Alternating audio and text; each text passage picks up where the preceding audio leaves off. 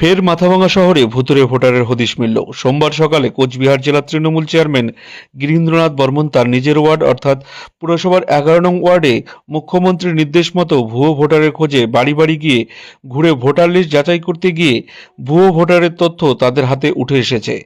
বিপ্লব সাহা নামে এক বাসিন্দার এপিক নম্বরের সাথে উত্তরপ্রদেশের এক মহিলার নাম উঠে এসেছে, যা নিয়ে তিনি আতঙ্কিত।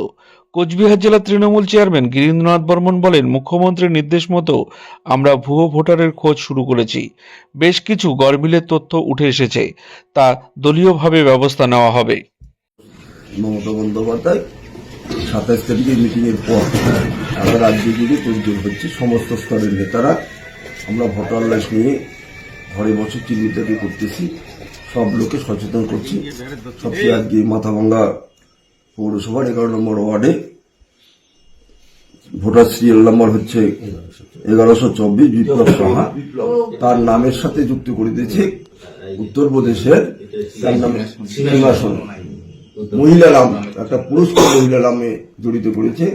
এই যে নির্বাচন কমিশন অনলাইনের মাধ্যমে ভোটার লিস্ট কারেকশনের মাধ্যমে এই যে ভোটার লিস্টে এইরকম মেয়েকে ছেলে, ছেলেকে মেয়ে এইরকম করতেছে, পরবর্তীকালে ফাইনাল যখন ভোটার লিস্ট বের হবে এই ভোটার লিস্টটার কি পরিচয় থাকবে, কোনটা গুরুত্ব পাবে, এই নিয়ে পশ্চিমবঙ্গের সাধারণ মানুষদের হয়রানি করার জন্য বিজেপি দল নির্বাচন কমিশন তার এজেন্সির মাধ্যমে একটা অরাজকতা সৃষ্টি করতে চাচ্ছে, মানুষের মধ্যে আতঙ্ক সৃষ্টি করতে চাচ্ছে।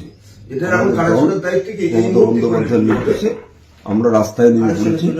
আমরা পশ্চিমবঙ্গের প্রতিটি বাড়িতে রাজনৈতিক দল হিসাবে আমাদের কর্মীরা ভোটার লিস্ট নিয়ে ভুয়ো ভোটার, ভুতুড়ে ভোটার ধরার জন্য আমরা অভিযান চালাচ্ছি। তাই আজকে আমরা মাথাভাঙা সকালবেলায় বিমল সাহার বাড়িতেও আমরা ভুতুড়ে ভোটার, মানে ভূত তো দেখা যায় না, বিপ্লব সাহার বাড়িতেও ভুতুড়ে ভোটার আমরা আবিষ্কার করলাম।